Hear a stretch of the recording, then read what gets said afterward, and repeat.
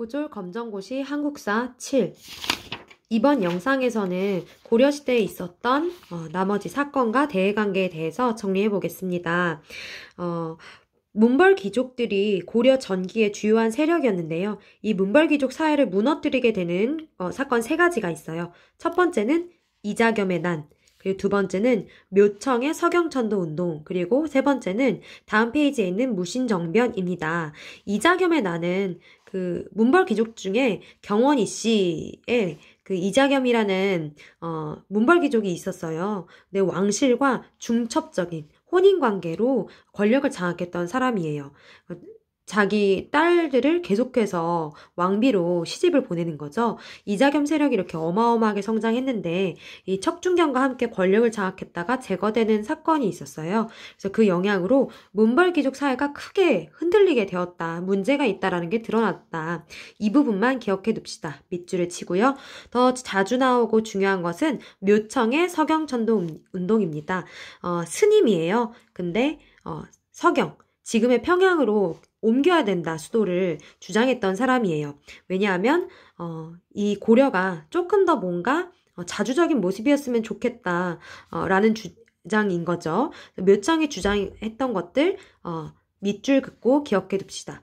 서경으로 천도하자, 그리고 칭제, 황제를 칭하자, 금나라, 여진족이 세운 나라를 정벌을 하자라고 주장했던 건데 개경의 귀족들이 이거에 대해서 다 반대를 했어요. 그래서 묘청 등 서경파가 반란을 일으켰지만 김부식이 이끈 관군에 의해서 진압된 사건이 묘청의 서경천도 운동입니다. 이 표를 잘 기억해 보세요. 개경파와 서경파의 차이가 어떤 것들이 있는지. 개경파의 그 중심 인물은 김부식이고요. 서경은 묘청. 개경파는 사회 질서를 확립하고 싶었으나 서경파는 자주적인 혁신 정치, 칭제 건원, 그러니까 황제를 칭하고 연호를 세운다라는 의미예요. 금나라 정벌. 개경파는 유교인 반면에 서경파는 풍수리 지리서를 기반으로 했고요.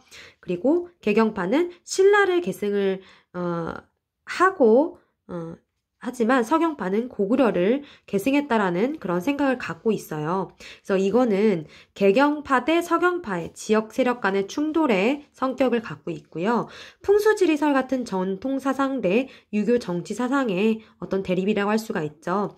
후에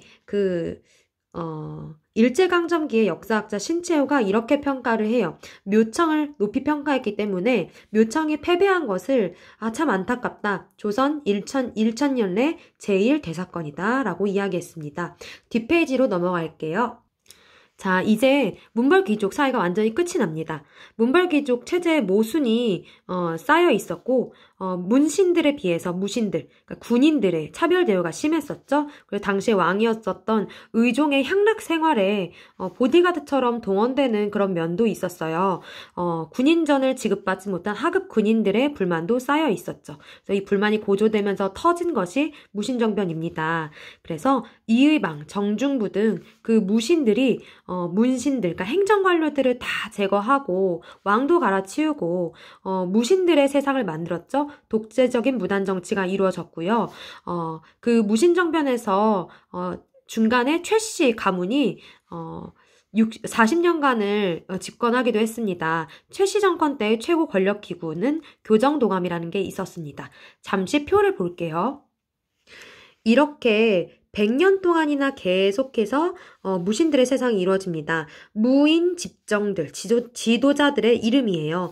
이렇게 최충원부터 최후, 최항, 최의까지가 최씨 정권이고 이때의 최고 권력기구가 교정도감입니다. 다시 프린트로 돌아갑니다.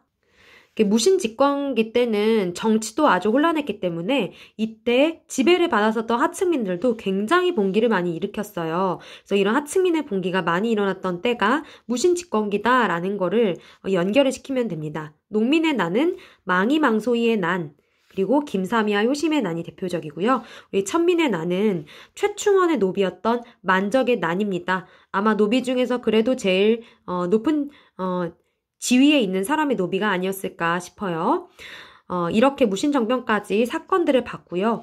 고려 같은 경우는 끊임없이 대외 침입 침입에 맞섰던 그런 왕조입니다. 거란도 쳐들어오고 여진도 쳐들어오고 몽골에다가 왜구와 홍건적까지 쳐들어오게 되는데요. 한번 주요한 내용들을 봅시다. 거란의 1차 침입 때 에는요, 서희라는 사람이 외교 단판으로 아주 멋지게 강동 6주를 획득합니다. 강동 6주의 위치는 여기입니다. 이 지도를 참고하세요.